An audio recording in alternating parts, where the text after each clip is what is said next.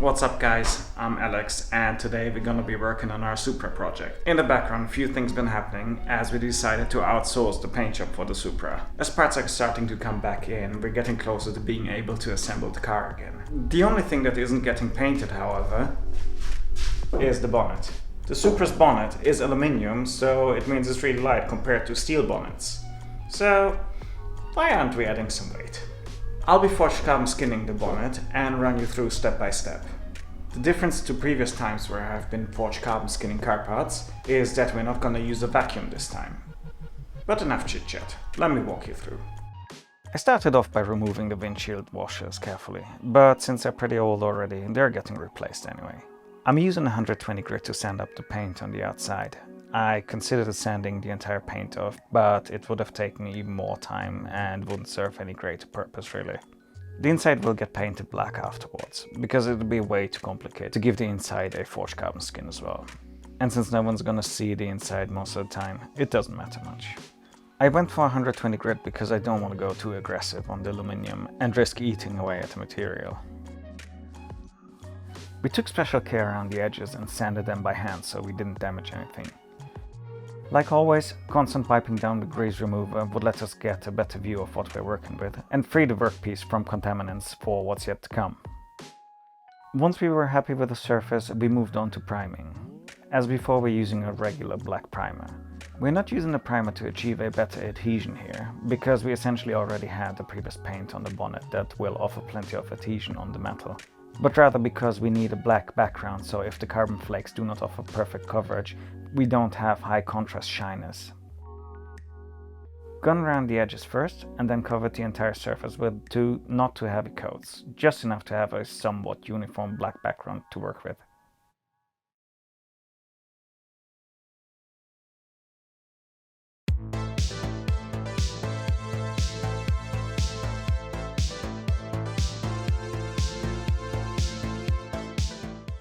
Up next is the first epoxy coat.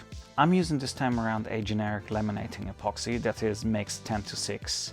Make sure to follow your epoxy's instructions and always use a scale. Mix your epoxy for a solid 2 minutes straight, that you avoid having spots of unmixed epoxy that will never cure. Trust me, that is literally the worst that can happen. Ideally you do it like we did.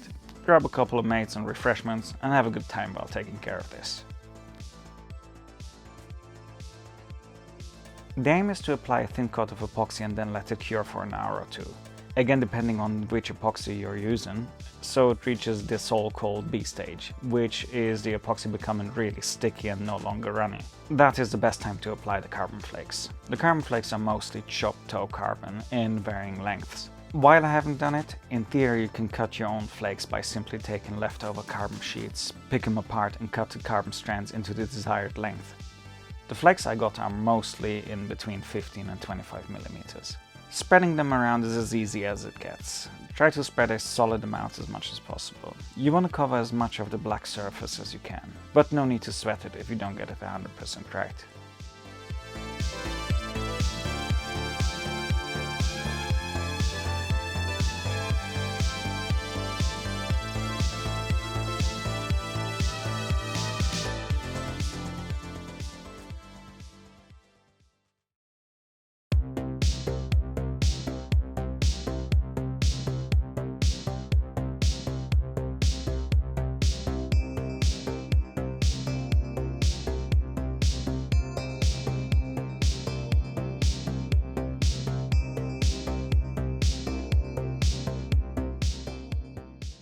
The following day we mixed up the next batches of epoxy to entirely wet out the now solidly stuck flakes.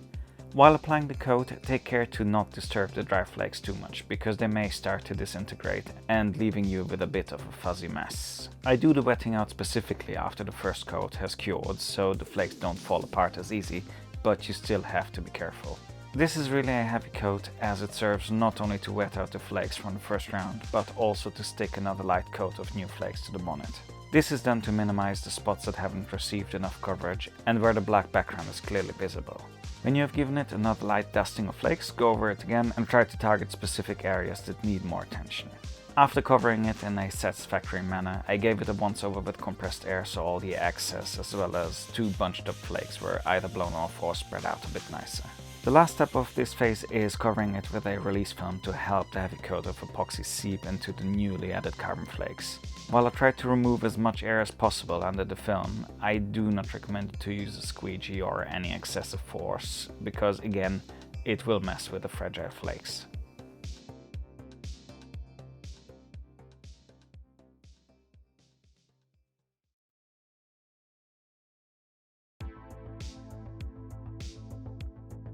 The next morning I took off the release film and I was left with a rough bumpy surface. Before moving on to the next stage, which involves a lot of sanding, I touched up a couple of dry spots so I can cleanly sand it as flat as I can.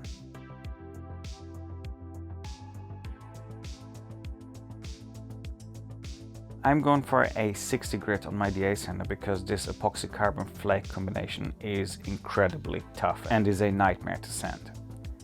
At this point I should also mention that you should never sand this without any respiratory protection because the dust this creates can be highly toxic. Please be careful. After sanding it as flat as I could without going through in too many spots, because I guarantee it will happen, I continued with a thorough wipe down with Prepsol and going over it with compressed air. I walked around the bonnet and did some touch-ups with the black primer, simply spraying some in the cap and then using a small brush to put some of it on the spots where I sanded through. I let that flash off and started mixing up the first of 2 heavy back-to-back coats I want to apply as a build-up. I tried to put on as much as the surface could hold and let it sit for about 1.5 hours.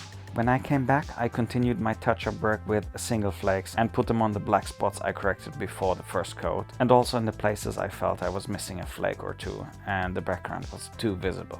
By the time I was done with the touch-up, 2 hours had passed and the epoxy was in its B stage, ready for the second heavy coat.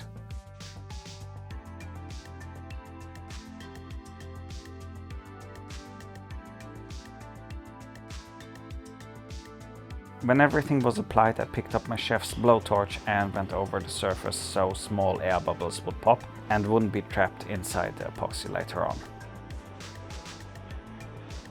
That left me with a nicely closed and clean epoxy surface ready for the final sand once it's cured.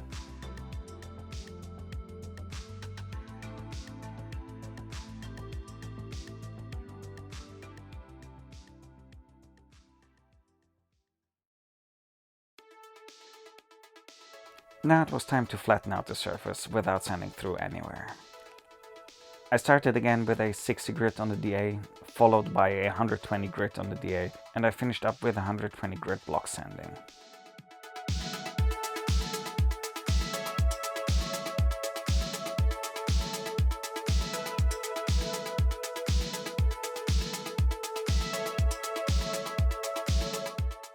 At that point I flipped the bonnet around and sanded off all the excess and drippings, so once I'm done with the surface we can paint it underneath.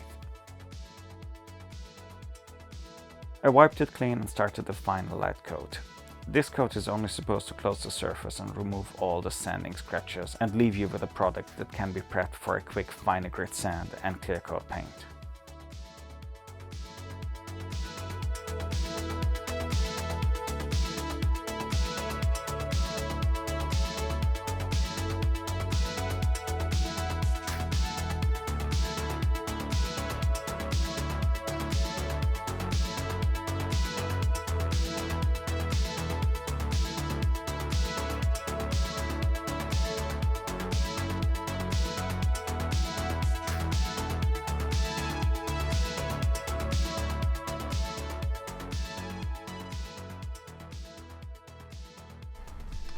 Well, that looks nice. I think the structure turned out great, but I'm not exactly happy with the yellowish tint because of the epoxy I've used. It doesn't look that bad on camera.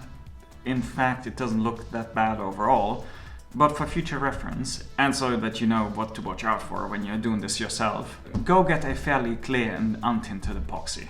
I'm also going to use this opportunity and add a terminology disclaimer here. Just because I'm calling this forged carbon, it doesn't mean it is the same thing as Lamborghini is doing. They use pre-made sheets of pressed flakes. This method is simply getting you a similar aesthetic. Anyway, let's go through the materials I used. I was a bit of an idiot and I didn't weigh the bonnet before and after, so I cannot tell you exactly how much material I've added, but I will give you an estimate in a second. In phase 2, where I put up the initial epoxy layer and we tried to cover the entire surface with as many flakes as possible, we used 100 grams of mixed epoxy and roughly 300 grams of carbon flakes. In phase 3, where we heavily wetted out the flakes and laid up even more flakes to cover the blank spots, I used approximately 350 grams of mixed epoxy and a further 100 grams of carbon flakes. In phase 4, 2 further epoxy coats totaled roughly 350 grams of epoxy, and a couple of flakes to correct the black spots were negligible in weight. And in phase 5, the last coat was another 100 grams of epoxy. That leaves us with a total of 400 grams of carbon flakes and about 900 grams of epoxy. I recommend getting half a kilo of epoxy flakes for a bonnet like that and a full kilo of epoxy. I reckon that I sanded off a solid 500 to 600 grams out of the 1.3 kilos I added, meaning I've left on roughly 3/4 of a kilo on the bonnet. I mean, I get it. Adding weight doesn't serve any purpose whatsoever. But hey, it looks good, right? And lastly, algorithm talk. Do I really need to say more? Just let me know what you think of the Forged Carbon look in the comments, and do the old thumbs up if you liked it and subs if you loved it. Thanks guys, I'll see you next time. Bye.